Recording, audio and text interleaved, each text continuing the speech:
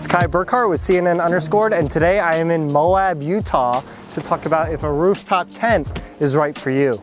There's tons to love about it, but is it actually better than a ground tent? Is it worth the high price tag? Let's dive in. The first thing that you'll likely notice, and the reason why you probably want a rooftop tent, is because look at it. It's awesome. I'm testing the Thule Approach Medium, which is its newest and nicest softshell tent. The Approach comes in 3 different sizes to fit different cars and capacities. Setting up the Approach is simple and quick. Just unzip and remove the cover, unclip the tent, undo the ladder strap, use a ladder to unfold the tent, and boom, you're done. Another pro of a rooftop tent is just how high you can get off the ground. I mean, look at this. I'm 5'10", which means this thing is 6 feet off the ground. Now, I grew up sleeping in ground tents, and I wasn't sure if I would love being this high up, but after trying it for 3 or 4 nights, I really do like it. It's not as easy to track dirt and bugs in. Plus, since you are higher up, you get a lot more wind and airflow, which I absolutely love. Now, let me take you inside. So there's clearly plenty of room in here. I was sleeping in here with my partner and our 45-pound dog for 6 nights, and we have plenty of room to spread out, move around. So the interior is very similar to a normal tent. It does have these poles on the inside instead of on the outside, but the big difference maker, this is a built-in mattress, which means you don't have to use your own sleeping pad. It's about 1.5 to 2 inches thick. I can tell you, this is way comfier than sleeping on an inflatable sleeping pad in a tent. After spending 3 or 4 nights in here, I'm completely used to it. It's very sturdy, it doesn't move around. There's a little bit of up and down motion here where the ladder is, but when there's any weight on it, it stays down. Another thing I like, since it folds closed, you can keep flat, lightweight stuff like sleeping bags inside when you pack it up. So in the mornings, I've been taking bulky stuff like water bottles, backpacks, stuff like that out, but I've been leaving all of this in here and just folding the tent up and driving away.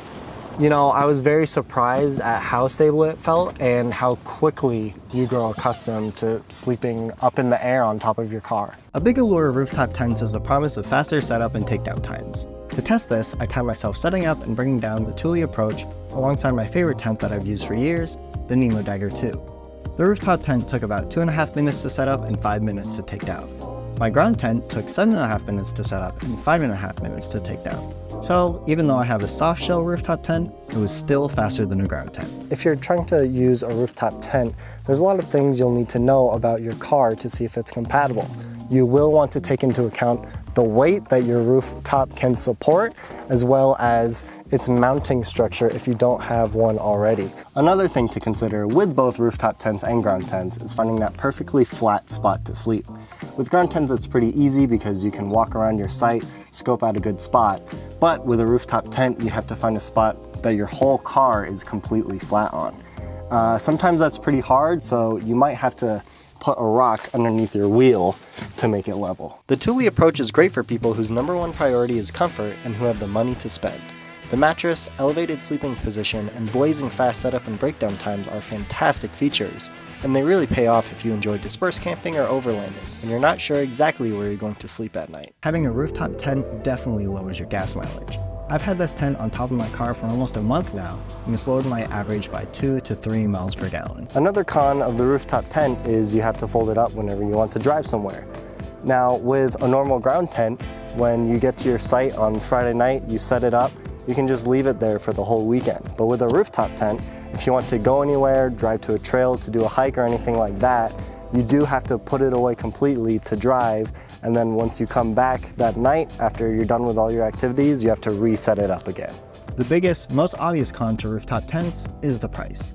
Softshell tents typically cost $1,000 to $2,500, while hardshell tents can easily surpass $3,000.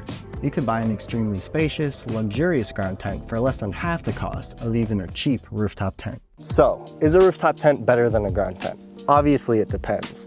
If you have the money to spend and comfort is your #1 priority, you're never going to get a better night's sleep outdoors than in a rooftop tent. However, you do have to deal with some negatives like lower gas mileage, having to lug your gear up and down a ladder, and you have to fold the tent up whenever you want to drive anywhere. Sleeping up off the ground is awesome. And the rooftop tent is super easy to set up, especially if you're on rocky terrain where hammering in the stakes for a ground tent might be impossible. What do you think? Is a rooftop tent right for you?